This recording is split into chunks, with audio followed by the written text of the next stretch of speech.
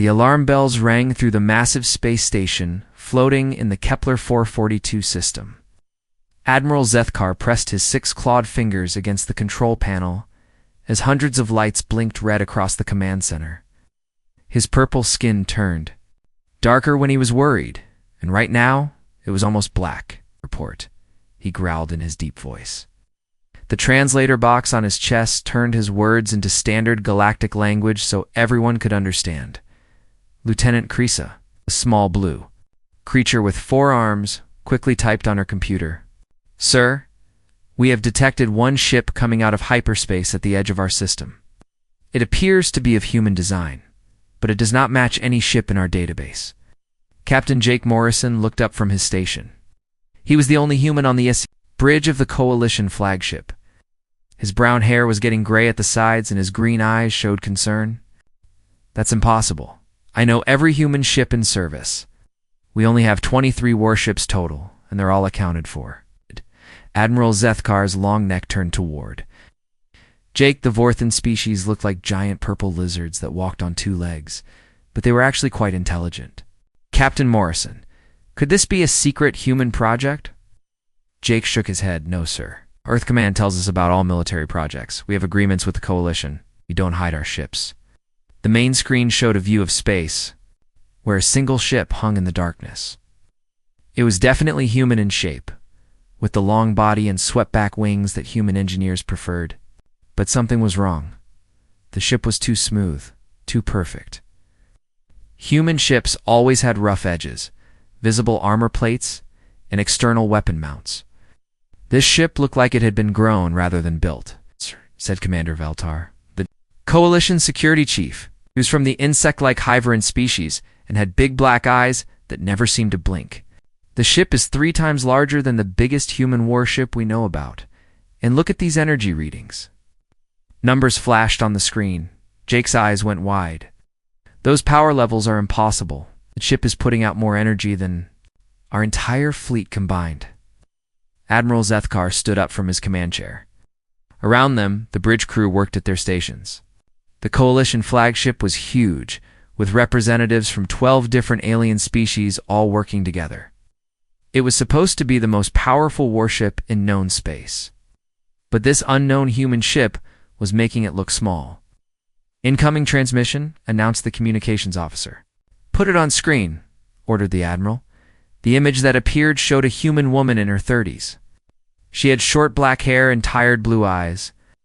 Her uniform was black with silver stripes, nothing like the green and gold that Earth Defense Force used. Behind her, Jake could see other humans working at stations that looked nothing like human technology. This is Commander Lisa Harper of the United Earth Syndicate vessel Phoenix, the woman said. Her voice was calm, but Jake could hear something underneath it. Fear, maybe, or desperation. We require immediate assistance. Our crew is dying. Admiral Zethkar leaned forward. Commander Harper, this is Admiral Zethkar of the Galactic Coalition. We have no record of your ship or the United Earth Syndicate. Please explain your situation. Lisa Harper's face flickered for a moment, like the transmission was having problems. Admiral, we have been traveling for months. My crew is suffering. From an unknown condition? We need medical help immediately. Jake stepped closer to the screen. Commander, this is Captain Jake Morrison, Earth Defense Force. I don't recognize your uniform or your ship design. What's your origin? For a moment, Harper looked confused. Earth Defense Force? I'm not familiar with that organization. From Earth, Sector 7 colonies. Our mission was classified, but circumstances have changed.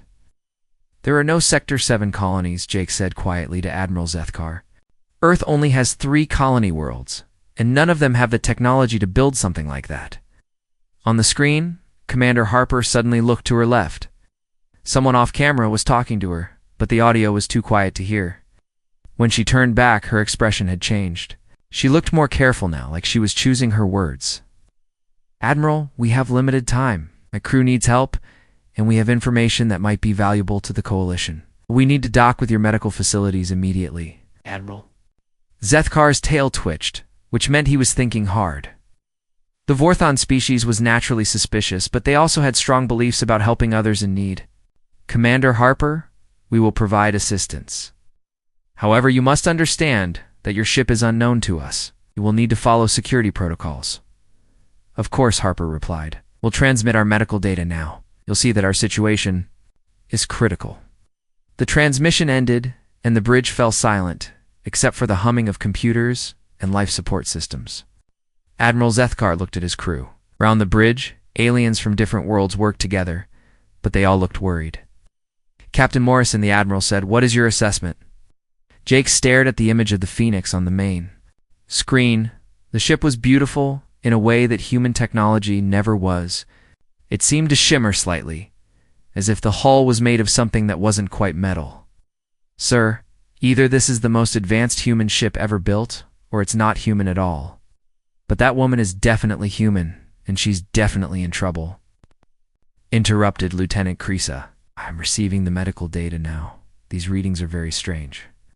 The Phoenix crew appears to be human, but their biological signatures are unusual. They show signs of genetic modification that are medical. Computers don't recognize." Dr. Amy Chen, the Coalition's chief medical officer, looked up from her station.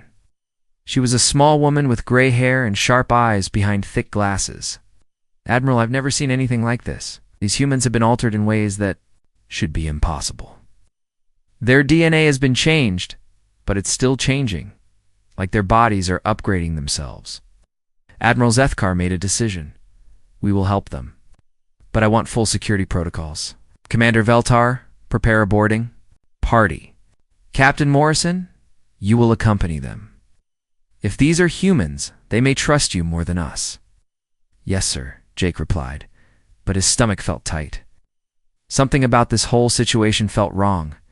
The Phoenix was too advanced, too perfect, and Commander Harper's story didn't make sense. But if there were humans in trouble, he had to help them.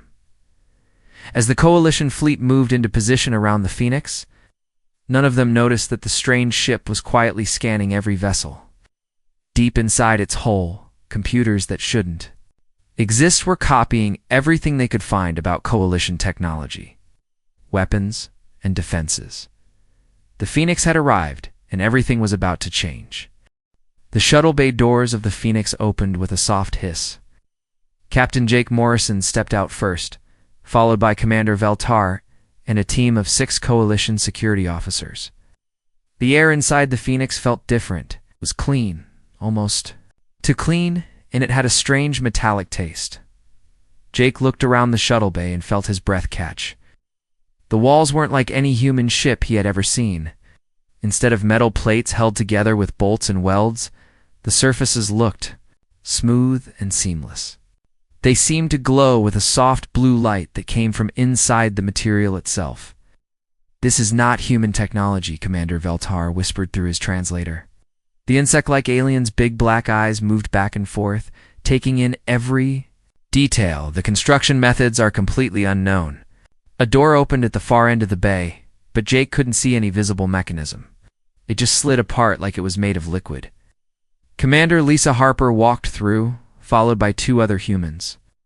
Jake noticed immediately that something was different about them. Their uniforms were made of a material that seemed to shift color slightly when they moved. Their eyes were brighter than normal human eyes, and when they walked, they moved with perfect coordination, like they were dancing, to music only they could hear. "Welcome aboard the Phoenix," Harper said. Her voice sounded normal, but Jake noticed that the 2 humans behind her spoke at exactly the same time, saying the exact same words. That wasn't normal. "Mater Harper," Jake said carefully, "we're here to help. Can you show us to your medical bay?" Harper nodded and turned to walk down a corridor. As they followed her, Jake tried to make sense of what he was seeing. The walls of the ship curved in impossible ways. Sometimes they seemed to be walking uphill, but his feet told him the floor was flat. The ceiling above them showed stars, but they weren't the same stars that should be visible from their location. "How long has your crew been ill?" Commander Veltar asked. 73 days, Harper replied. But again, the 2 humans behind her said the exact same words at the exact same time. Jake stopped walking. "Commander, are your crew members connected somehow? They keep speaking in unison." Harper turned around, and for just a moment her face showed surprise. Then she smiled, but it didn't reach her eyes. "We've been together for a long time, Captain. Sometimes we finish each other's sentences." They continued walking until they reached a large room filled with medical equipment.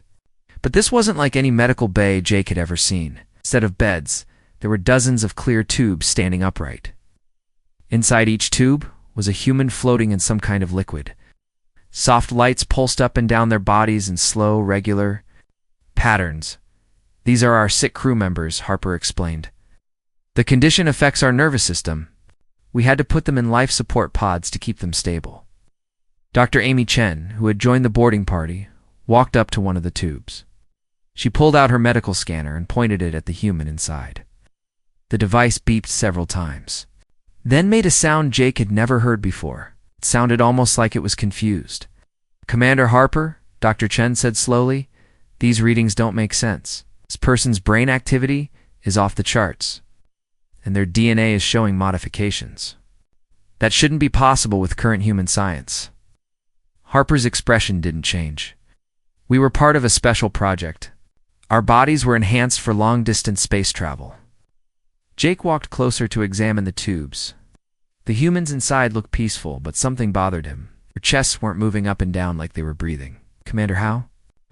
Are they getting oxygen in those pods?" "The liquid provides everything they need," Harper said. "It's more efficient than breathing air."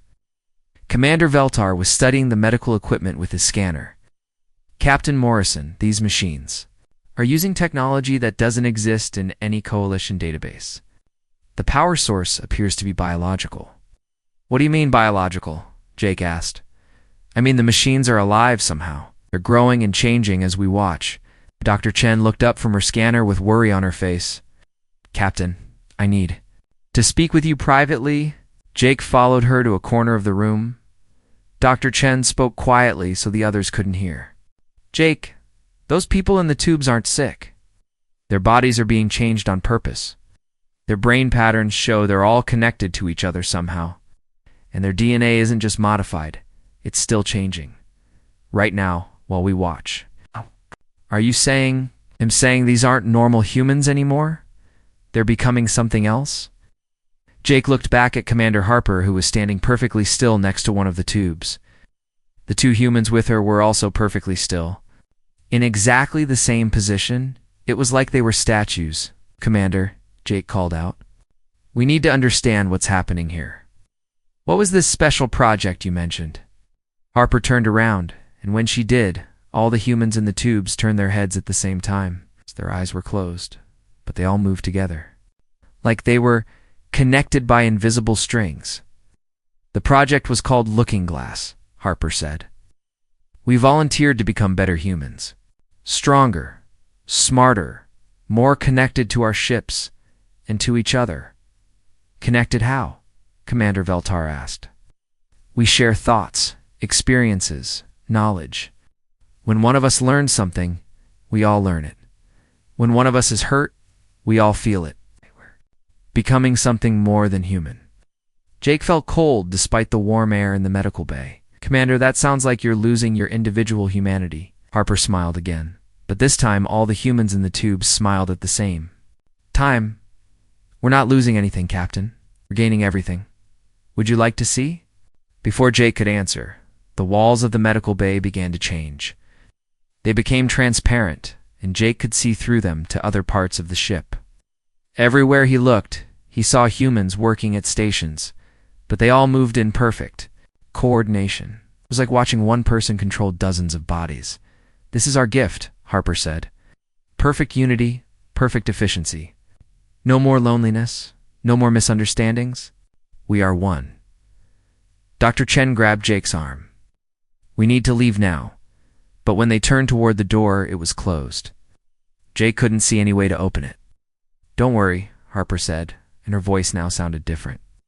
It was like many people speaking at once. "I just want to show you something. Your coalition fleet is very impressive. We've been studying your ships while you've been here." "Studying them? How?" Commander Veltar demanded. "Our ship learns from everything it encounters. Right now, it's copying the designs of every vessel.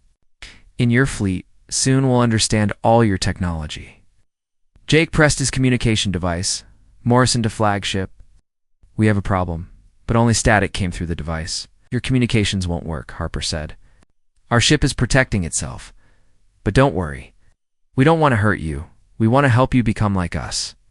The humans in the tubes opened their eyes, and they all glowed with the same blue light that came from the ship's walls. Welcome to the future, they all said together. Dr. Amy Chen stared at her medical scanner in shock.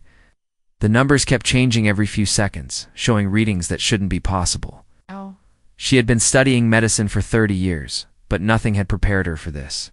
Ch-ch, whispered, pulling Captain Morrison aside while Commander Harper and her crew stood motionless nearby. These people aren't sick at all. The scanners show their bodies are upgrading themselves, their bones are becoming stronger, their muscles more efficient, and their brains are connecting to each other through some kind of biological network. Jake looked at the humans floating in the clear tubes. Their bodies were perfect, too perfect. No scars, no signs of age, like they had been rebuilt from scratch. How is that possible? I don't know, but it's happening right now. Look at this. Dr. Chen showed him the scanner display. Their DNA is rewriting itself. It's like someone is editing a computer program, but the program is their genetic code. Commander Veltar moved closer to them, his insect eyes focused on the medical equipment around the room. Captain, I have been analyzing the ship's systems. This vessel is not built from metal and circuits like normal ships. Parts of it are. Alive, the walls, the computers, even the air recycling system appears to be biological. Jake felt his stomach drop. You mean we're inside a living creature? Not exactly. Harper's voice came from behind them. She had moved without making any sound. The ship, and we are becoming one thing. The phoenix learns and grows, just like we do. Jake turned to face her. Harper looked completely human, but her eyes now had tiny flecks of blue light in them, the same color as the ship's walls. Commander, you need to explain what's really happening here. What is Operation Looking Glass? Harper tilted her head slightly, and all the humans in the tubes tilted their heads at exactly the same angle. Looking Glass was created to make humanity stronger. Earth's government knew that we would face threats in space that normal humans couldn't handle. So they created us. Created you how? Dr. Chen asked. They took volunteers from the military and changed our bodies using technology they found. Harper paused, and her expression became distant. Technology from ships that crashed on Earth. Long ago, alien technology. Commander Veltar's translator box made a sharp sound. What alien technology? The Coalition has treaties with Earth. All alien contact must be reported. Harper smiled, but it wasn't a friendly smile. Commander, where? We come from. There is no coalition. The alien species you work with don't exist as your allies. They exist as our enemies. Jake felt the world spinning around him. What are you talking about? In our timeline, humanity discovered alien life when ships attacked our colonies. We learned that there was a galactic confederation designed to keep humanity weak and contained. So Earth created the Looking Glass Project to fight back. Dr. Chen's scanner beeped urgently. She looked at it and went pale. Jake, the humans in these tubes are waking up. All of them. Around the medical bay, the clear tubes began to drain. The liquid inside flowed away, and the humans inside slowly opened their eyes.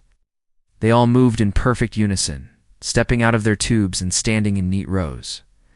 Jake counted them quickly. 43 people, all looking young and healthy, and completely identical in the way they moved. Commander Harper, these people look fine to me. Why did you say they were dying? We weren't lying, Harper replied, and now her voice sounded like many people speaking together. Our old selves were dying. Our human limitations were being removed. We are being reborn as something better. One of the newly awakened humans walked over to a wall panel. When he touched it, the panel opened to reveal controls that looked nothing like human technology. The controls were organic, like the inside of a living creature, with surfaces that pulsed with soft light. We have been studying your coalition fleet, the man said, though his lips barely moved. Your ships are impressive, but they are limited by the thinking of individual minds. Each captain makes decisions alone. Each crew member works separately. It is inefficient. Commander Veltar raised his weapon. You have been scanning our ships without permission, as an act of war. All 43 humans turned to look at him at the same time. "We have no interest in war, Commander. We want to protect humanity. Your coalition species have plans for humans that you don't know about." "What plans?" Jake demanded. Harper walked to another wall panel and touched it. The wall became transparent, showing images of documents and video recordings. Jake could see official-looking papers with coalition symbols on them. "These are secret coalition files from our reality," Harper explained. "Plans to limit human expansion, to keep human technology primitive, to ensure that humanity never becomes a threat to the established galactic order." Jake studied the documents, but something felt wrong about them. "How do we know these are real?" "Could have created them.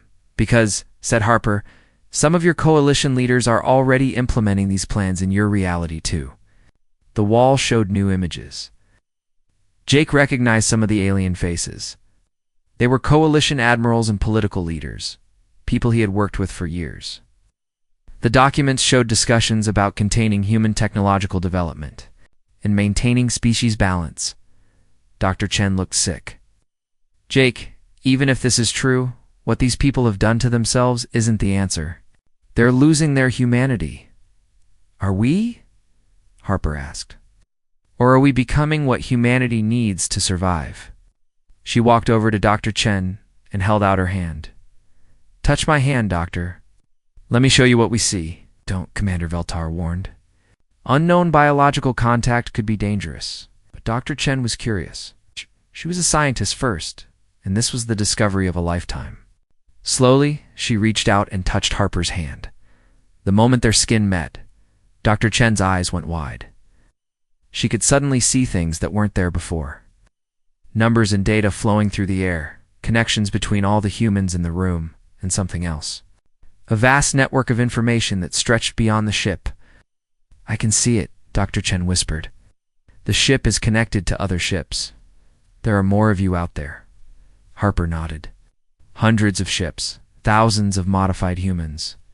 We are spreading through the galaxy, learning, growing, preparing." "Preparing for what?" Jake asked. "For the day when humanity needs us," Harper replied. "For the day when the coalition decides that humans have become too dangerous to allow to survive." Suddenly, alarms began ringing throughout the ship. The Phoenix was moving, and Jake could feel the ship turning away from the coalition fleet. "What's happening?" Commander Veltar demanded. Harper's expression became sad. "We have learned everything we need from your fleet, and we must make sure they cannot report what they have seen." Jake grabbed his communication device again, but it still only produced static. "You can't attack the coalition fleet. Those are innocent people. We're not going to attack them," Harper said softly. "We're going to save them from having to make a terrible choice." Outside the medical bay, Jake could hear the sound of the ship's engines powering up to levels that should have been impossible. The Phoenix was preparing to do something that would change everything, and there was nothing Jake could do to stop it. The Phoenix began to shake as its engines powered up to impossible levels. Captain Jake Morrison grabbed onto a wall panel to keep from falling as the ship moved faster than any vessel he had ever been on. Through the transparent walls, he could see the coalition fleet growing smaller in the distance. "Commander Harper, you have to stop this," Jake said urgently. "Whatever you're planning, there has to be another way." Harper and her crew stood perfectly still despite the ship's movement, as if they were part of the vessel itself. "Captain Morrison, we are not going to hurt your friends, but we cannot allow them to report our existence to their governments." "What are you going to do to them?" Commander Veltar demanded. His insect eyes were wide with fear and anger. "We are going to give them a gift," Harper replied. "The same gift we received, freedom from the choices that would destroy them." Amy Chen was still holding Harper's hand, and through the connection she could see things the others couldn't. Images flowed through her mind showing the Phoenix's true capabilities. "Jake," she whispered, "this ship can do things that break the laws of physics, can fold space, manipulate time, create doorways to other places." "Other places?" Jake asked. Harper nodded. "We are going to send your fleet somewhere safe. Somewhere far from here, where they can live their lives without the burden of knowing about us." The main screen in the medical bay lit up, showing the Coalition fleet. Admiral Zethkar's flagship was trying to follow the Phoenix, but even there, fastest ships couldn't keep up. Jake could see the purple admiral on the communication channel, his face twisted with worry and confusion. "Phoenix, respond immediately." Admiral Zethkar's voice came through the speakers. "Return our people and explain your actions." Harper walked to the communication panel. When she touched it, her voice was transmitted to the entire Coalition fleet. "Admiral, this is Commander Harper. Your people are safe and will remain safe. But you have seen something that cannot be allowed to reach your governments. We demand the immediate return of our boarding party," Admiral Zethkar replied. "We will not negotiate with kidnappers. You misunderstand," Harper said gently. "We are not taking them from you. We are taking all of you to a place where you can be happy and free." Jake watched in horror as the Phoenix began to glow with an energy that hurt to look at directly. The ship was creating some kind of field around itself, and that field was expanding outward toward the Coalition fleet. "Stop this," Jake shouted. "You don't have the right to decide their fate." Harper turned to look at him, and her eyes were now completely blue, like tiny stars. "Captain, we have seen the future. We know what happens when the Coalition learns about modified humans. They will declare us a threat. They will try to destroy Earth to prevent more of us from being created." "You don't know that for certain," Dr. Chen said, though she was beginning to understand through their connection that Harper might be telling the truth. "We do know," Harper replied sadly, "because it has already happened in 17 other realities. We've been to those places. We've seen the ashes of Earth and the graves of billions of humans." The energy field from the Phoenix reached the first Coalition ships. Jake expected to see explosions or destruction, but instead something much stranger happened. The ships began to fade, like they were becoming ghosts, on the communication channel. Admiral Zethkar's voice became distorted. "What is happening? To us, our instruments are showing impossible readings." "You're being moved," Harper explained. "Transported to a galaxy far from here. A place where there are habitable worlds and resources, but no knowledge of Earth or humanity. You will be able to build new lives there." "Cannot do this," Commander Veltar said angrily. "This is kidnapping on a massive scale." "It is salvation," Harper corrected. "In that galaxy, your species will thrive. You will explore new worlds, make new discoveries, live in peace. And you will never have to face the choice of whether to destroy humanity or be destroyed by us." Dr. Chen suddenly gasped and pulled her hand away from Harper. "I saw it," she said, her voice shaking. "I saw the other realities, the wars, the destruction. But I also saw something else. You're not the only modified humans. There are others, aren't there? Others who made different choices." Harper's expression became troubled. "Yes, some of our kind chose violence. They decided that the only way to protect humanity was to eliminate all potential threats. They are hunting down alien species across the galaxy, destroying entire civilizations." "And you're trying to stop them?" Jake asked. "We are trying to?" "Find a third option," Harper said. "Save the innocent aliens by moving them away from the conflict. And save humanity by ensuring we never become the monsters that our enemies claim we are." The Coalition fleet was almost completely transparent now. Jake could barely see the ships on the screen. Admiral Zethkar's final transmission was full of static. "Tell Earth that we will remember them kindly. Tell them that we hope they find peace."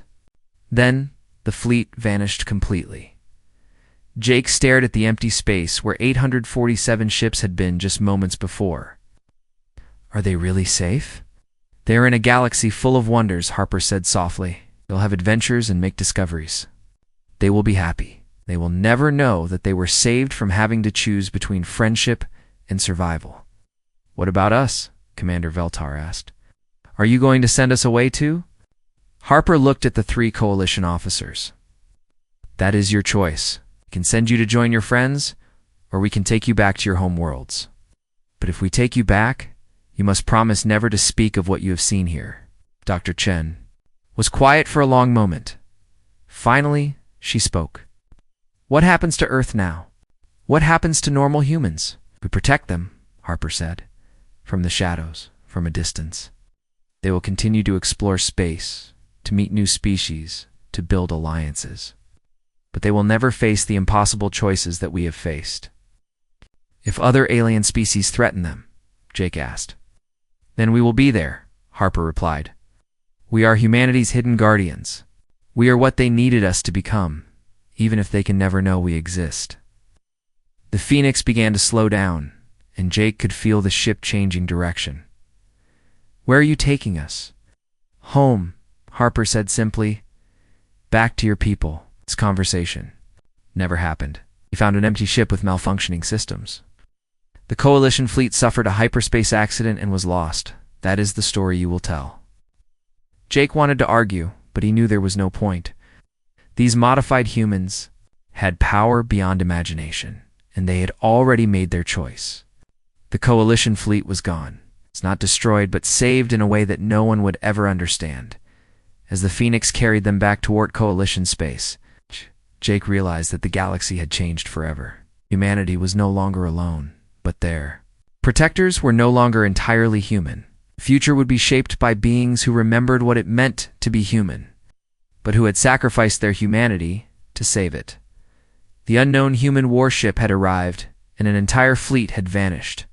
But the story was far from over. Somewhere in the vast cosmos, other ships like the Phoenix were making the same impossible choices, trying to find a path between destruction and salvation. And on Earth, normal humans continued their lives. Never. Knowing that their future was being decided by the children they had created and then lost to the stars.